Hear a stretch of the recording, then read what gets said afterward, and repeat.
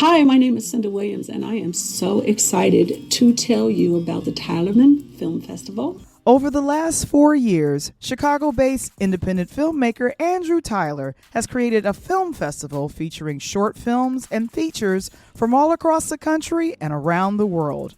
The Tylerman International Film Festival kicks off its 4th year this weekend with compelling social commentary films, live choir performances, and an introduction to new voices from an independent director's chair. Join me as I chat with Andrew about his inspiration behind creating the festival and his heroes in the filmmaking industry. Welcome to the Director's Chair, festival style. I'm Val the Voice Johnson, and this is Interludes.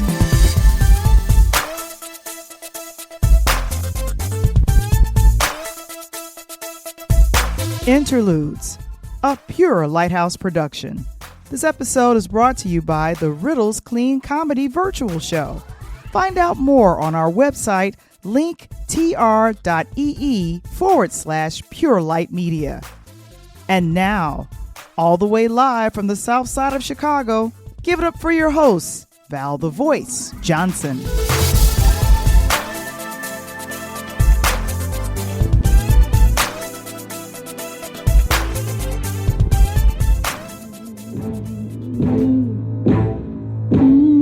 Whenever you try to force yourself onto someone so vicious, like the white, blue-eyed devil, Bull Connor, they'll go to the extreme.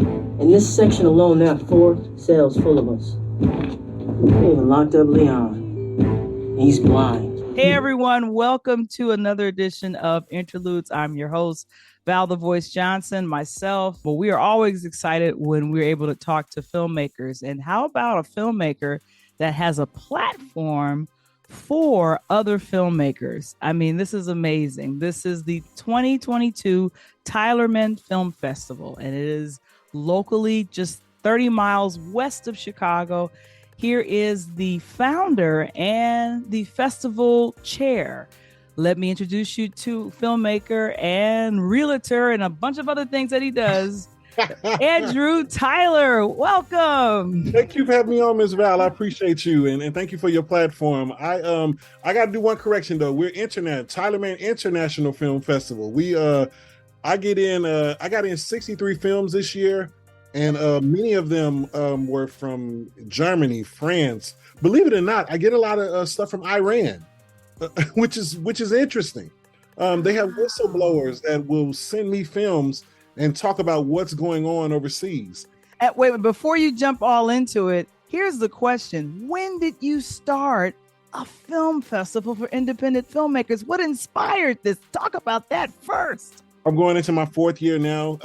I graduated Tribeca Flashpoint College, and I went back to school as an adult, which is a whole nother issue that we got to talk about because, you know, me being in my 40s going to school with some 18-year-olds, it's a whole nother thing to see.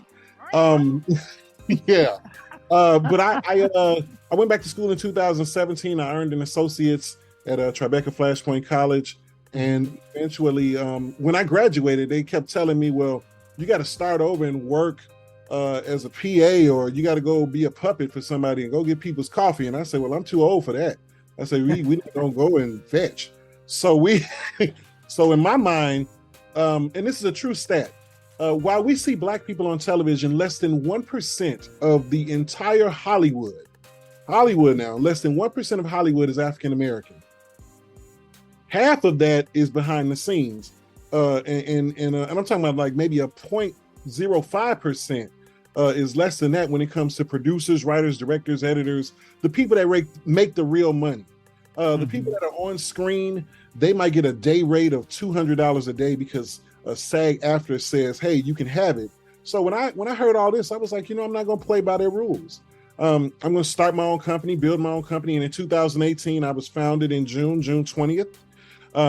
Later that year, I was told by Cantini Park that they would allow me to do my film festival out there. So in 2019, I had my first film festival.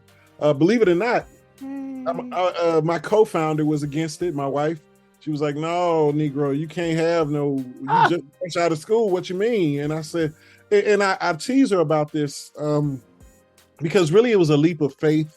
And she was like, look, we got bills, we got you got all kinds of stuff going on, and you on this midlife crisis thing. And I said, it's not a midlife crisis. I said, we can really do something good for people. And in my spirit, I always believed that a person should be able to tell their story, and not just tell it, but tell their story now. Right. We just lost Bill Russell, and I don't mean to make this a timepiece, but we lost Bill Russell, NBA legend and great.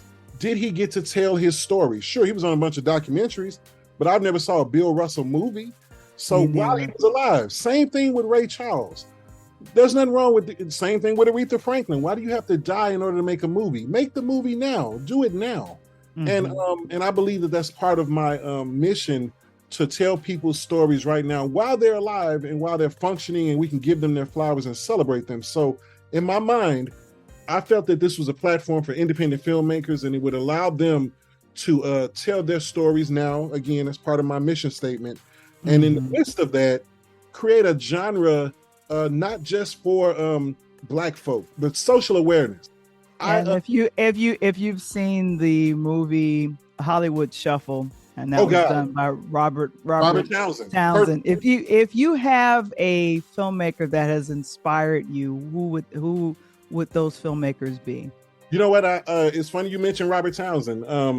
At my very first film festival, I brought in Mr. Hawthorne James. He played Big Red in the 5 Heartbeats. And in the very first film festival I showed Making the 5 Heartbeats, and it was nominated for an NAACP award, which came in second to Sandra Bland's movie, Say Her Name: The Life and Death of Sandra Bland, I had both of those movies in my first film festival.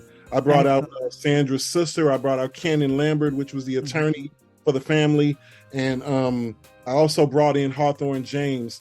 And I tried to get Robert Townsend, but I couldn't get. But he, the 5 Heartbeats, by far, is one of my favorite movies, if not my favorite movie. It's up there with. And I got to be honest with you, I'm a Bruce Lee fan.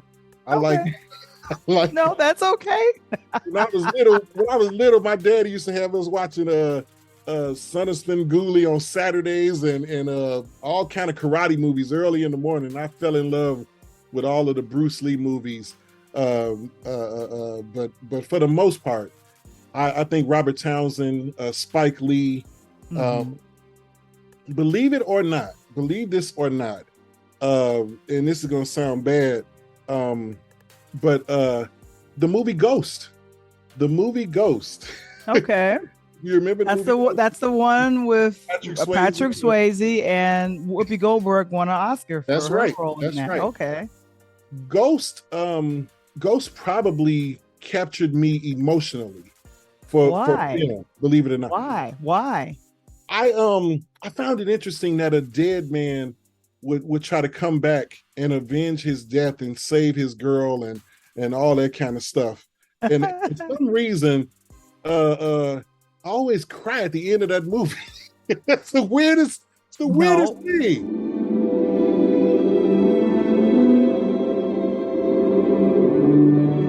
I love you, Molly. I've always loved you.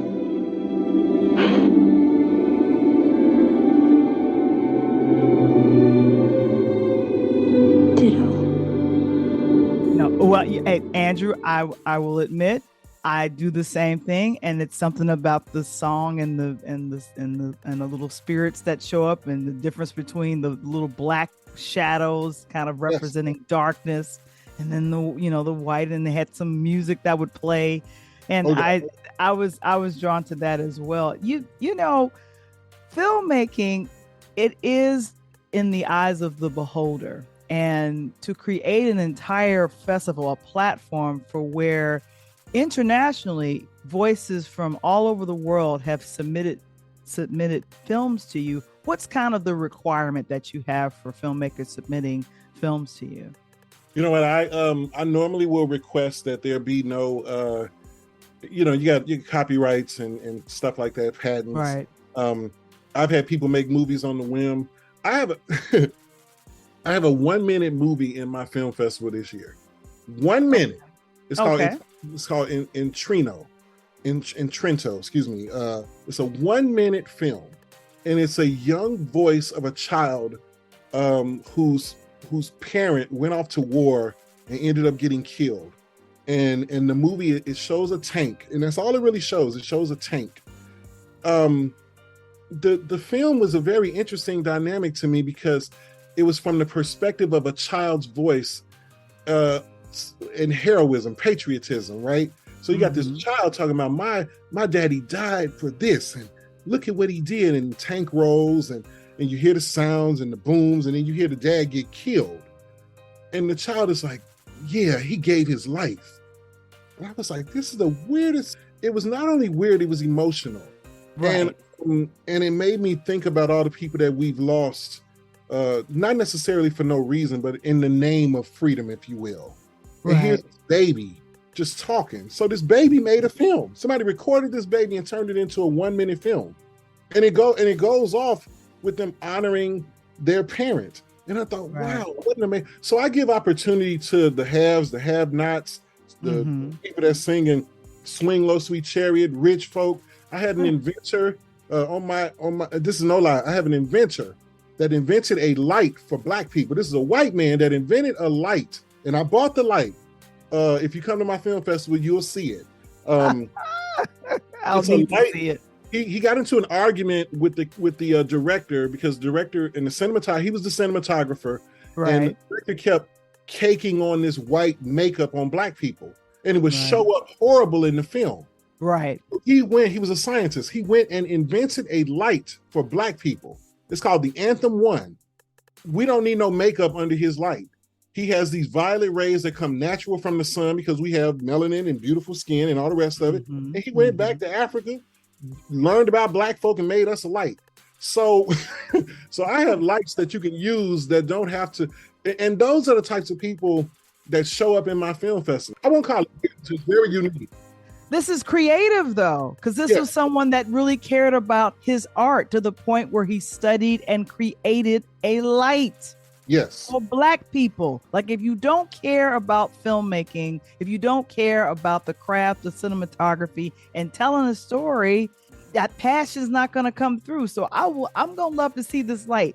When can people come to this film festival? And if you have a trailer, could you show it? Yeah, I'm going to show the trailer. You can join me August 5th through the 7th. And August 5th, and we're in 2 places because people got this wrong last year. Friday, we're going to be at Studio Movie Grill in Wheaton, Illinois, 301 Rice Lake Square in Wheaton at 60189. If you're on Cermak, you could drive it from downtown all the way to 22nd Street and you'll run into it in Wheaton, Illinois. I mean that. Let me tell you, I have 2 civil rights icons and leaders coming out. For those of you that know, you have the big 3 when it comes to us having voters' rights. You have Dr. Martin Luther King Jr., Reverend Abernathy, and you have Fred Shuttlesworth. Fred Shuttlesworth recently passed away in his 90s. His daughter will be attending the event. No. And believe it or not, this film is the first time that Fred Shuttlesworth has been featured in a film, a short film. The very first time. He's been in documentaries all over the place, but this is the first time that he's been in a film. She's endorsed the movie, and she's going to bring out family members, friends, and loved ones. And then I also have Miss Mamie King Chalmers. Mamie is in an iconic photo where she was one of the young ladies, and there's 2 young men behind her, and they're being water hosed. And she's going to come out and speak to the young people as well. I'll have opening for us will be Dr. Walt Whitman and the Soul Children of Chicago. They're celebrating 40 years this year of his ministry. And they're going to be opening for us, singing Lift Every Voice and Sing. And then they'll go into a couple of songs and they'll shut it down and watch the movie. The kids want to see it. Let's sing it together. Pastor Winston, no matter what the problem may be, I'm going to do what? I'm going to listen for the whole world to see. I've got the victory, for he is my king. He's the reason. He's the reason that I sing. That is going to be the film that opens the festival. Is that correct? Was it a winner? No, actually, this will be the first time that this movie is going to be shown. We have 2 screenings. One is called The McHenry Trial, Don't Judge a Kid by Their Hoodie. Both are short films. And And the McHenry trial has Loretta Devine in it, along with Ken Sagos, and under his direction, of course. Amazing movie about a young man that looks to free his father for a crime that he did not commit. And he's a young lawyer, I think. Oh yeah. 16 years old, passes the bar, and booyah, he's off and running. But he has some obstacles along the way, so that's going to be an amazing movie. But this movie now, The Secret Weapon, Yesterday is Today.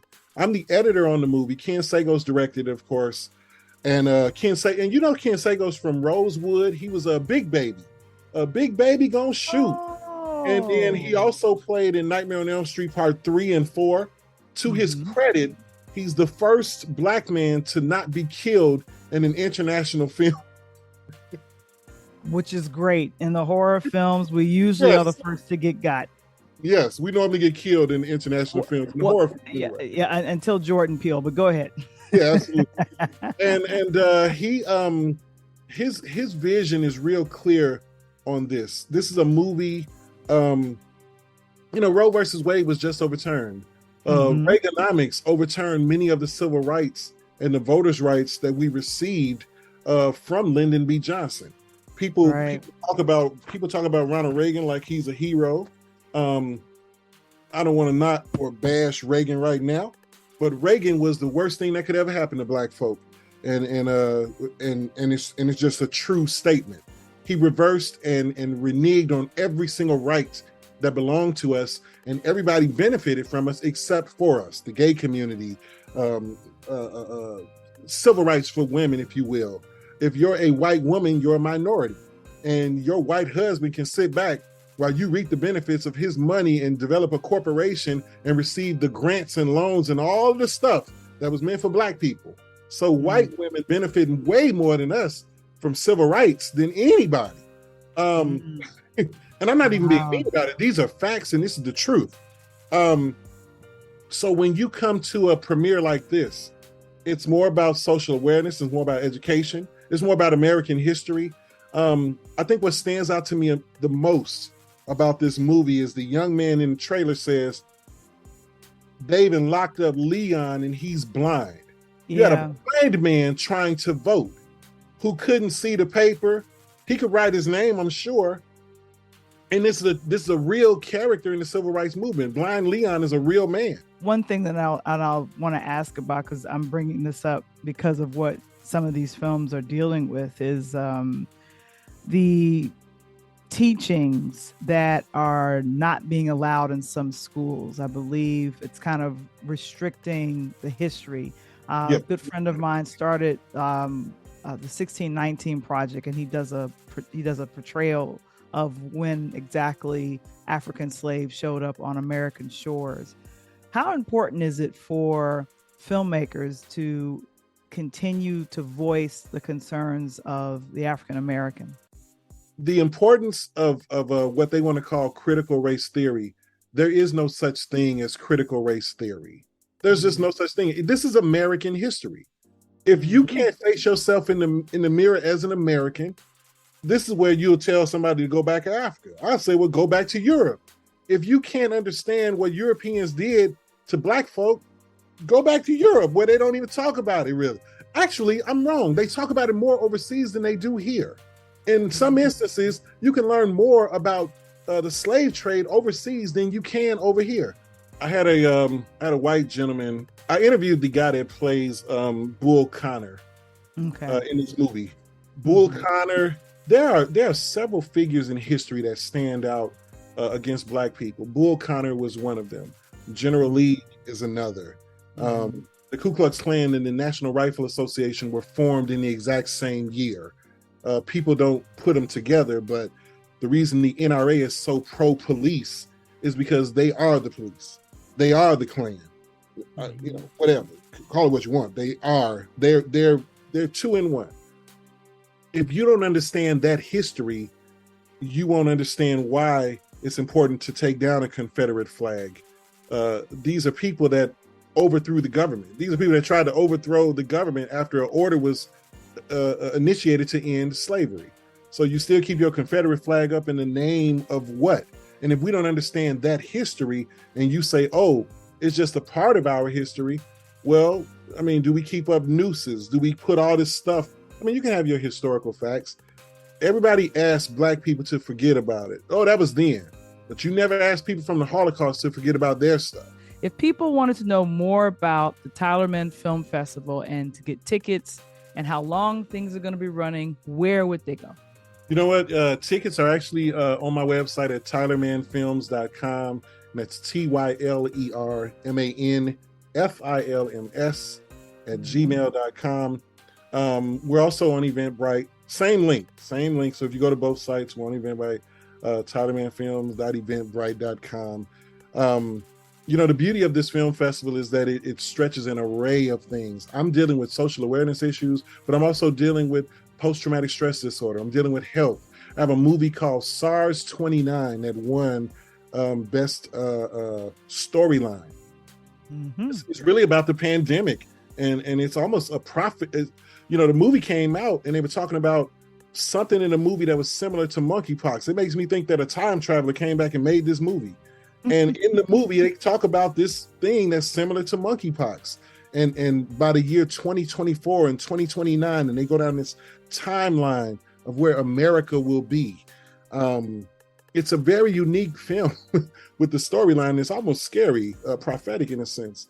So I try to provide, Ms. Vine, an atmosphere for everybody.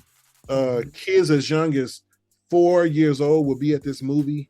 The young man in the trailer that got locked up, he couldn't say freedom. He didn't have his two front teeth. He said, Tatum, I want Tatum. He got locked up for Tatum. Okay, wow. He couldn't say freedom. Kanye West, I remember he said his mother was arrested for the sit-ins at age 6 years old.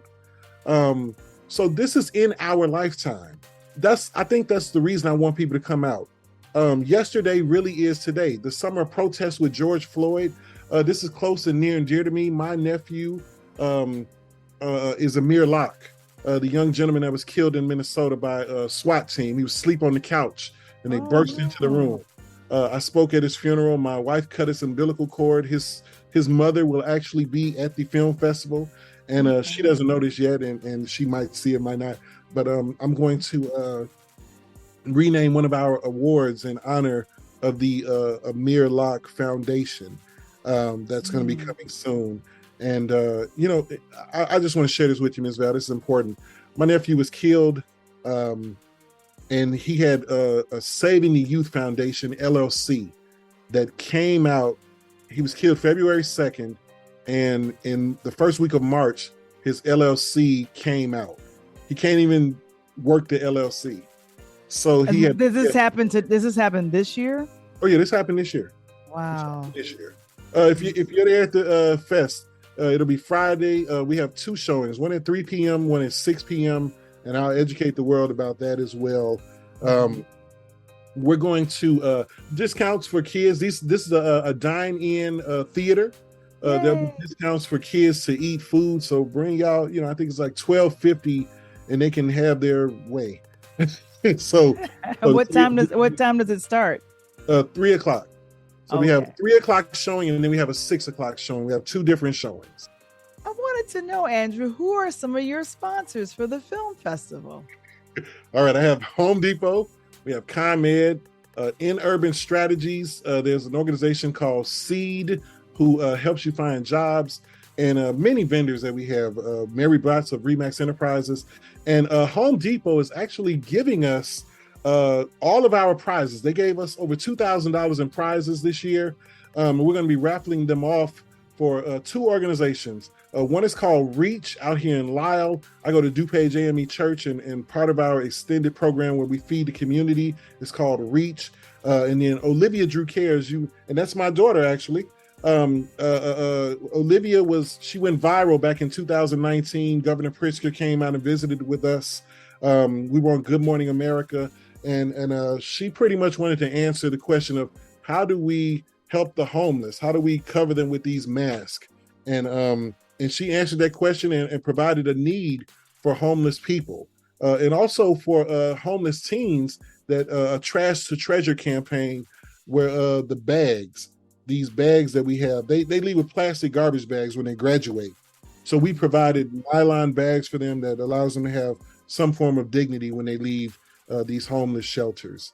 So I thank God for that. Yeah. Yeah.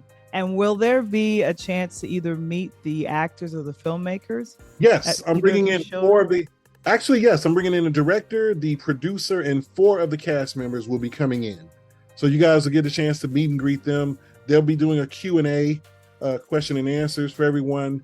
I'm really looking forward to meeting Mamie King Chalmers and Miss Ruby Shuttlesworth Bester. Okay. I believe that they're going to provide a wealth of knowledge for what we're going through at such a time as this, especially with rights being reversed and the things going on with Clarence Thomas and his wife and all the Capitol insurrectionary, all of this stuff. It'll tie right into this particular movie because, truth be told, everything that happened back then affects us really right now to this moment. It really does.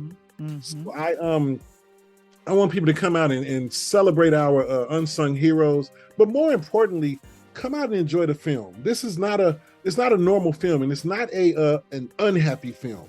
This is a triumphant moment in history that those kids were happy to go to jail. Now this is the interesting part about me learning about these kids. They were in the street, Fred Shuttlesworth organized, and the kids wanted to go to jail. They wanted to pack the jail so much so that you couldn't put them anywhere else. Mm-hmm. And Bull Connor was so nasty and vicious, he said, take them to the fairgrounds and put them in the hog pens. Forget putting them in the locking them up in the studs. Put them in the hog pens. That's how nasty these people were. But let me tell you, the beauty of a Bull Connor is that he believed what he was doing was right. And I think that's what bothers me about America. You can look at a person in their eye and they will actually believe that it's all right to put kids in a hog pen. He actually believed it was okay. I'm preserving my race. You got to keep your whites and your blacks separate. And if they want to pack the jails, fine. I'll make it so difficult for them. I'm going to put them where the pigs are. And it kind of reminded me of the prodigal son in a sense. But that's neither here nor there. I find it interesting how people, even officers, I was on WVON and I told the guy, I said, I believe all officers are bad. Now I'm about to start a fight on your show. I said, all officers are bad. And he looked at me and said, that can't be true. I said, well, it's an organization that was rooted in slave catching, eventually turned into Ku Klux Klan. During civil rights, you had, and this ties back into the movie, during civil rights, you had J. Edgar Hoover and Bull Connor, and you had all these different figures that made it difficult for Black people to exist. And what I told him is I said, if there's one bad apple, that's fine, then we can deal with that. But I asked him, I said, were there any good people in the insurrection? And I paused. I paused and I'll ask your audience, were there any good people chanting kill Mike Pence? Were there any good people in the Vice Lords, the Crips, the Disciples, the Bloods? So if you're telling me there were no good people there, I'm telling you there are no good officers. I don't care if you join them or not. You're rooted in slavery, and when you put your badge on, you have to take on a spirit that comes along with their supremacy. White supremacy, if I really want to get technical about it.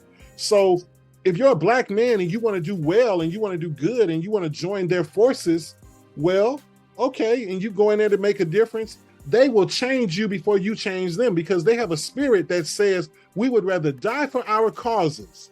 We would rather die than relinquish our power to you, little Black man. So yeah, come in here with your feel good all you want, and we'll even give you a position. We'll make you our token. You be token of the day. That's fine with us. Did you see out here on the East Coast the sister that became police chief? They fired all the officers quit. This happened last week. Okay. All the officers quit. Okay. There's a Black police chief now, and all these white boys quit. And they said we can't work for her because she's making us do our job. And they all quit. Literally, this just happened last week. It was on CNN all over the place. Anytime we're holding you accountable, you want to quit. That's a spirit. That's a spirit of white supremacy. I can't believe, really? So her joining that force sure, it might make a difference, but what I'm saying is that how could she ever be good if she has people underneath her that will carry out racist authorities against Black folk? And that's what they do. So all I'm saying is that the whole organization is corrupt. I'm not saying you're not a good person. I'm just saying when you put your badge on, if you with them, you one of them. Same thing with this movie. Yesterday is today. The rights that we lost, the rights that we supposedly got, where are they? How do we benefit from them? What are we doing? Andrew Tyler, thank you so very much for joining us. God bless you. Thank you for having me. So I look forward to working with you again. I'm Val the Voice Johnson, and this is Interludes. To check out more of the conversation between filmmaker Andrew Tyler and Val the Voice, please visit our Interludes YouTube channel.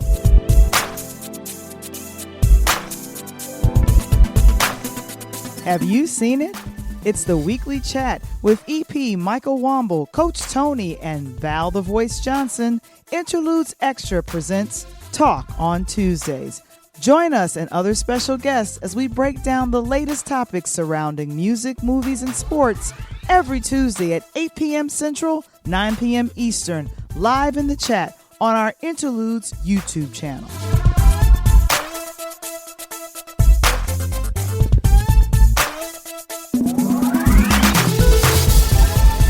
Interludes. Original concept by Valerie Johnson. Written by Michael Womble. Produced by Michael Womble and Valerie Johnson. Original intro and outro music produced by Kendall Nesbitt. Interludes, a pure Lighthouse production.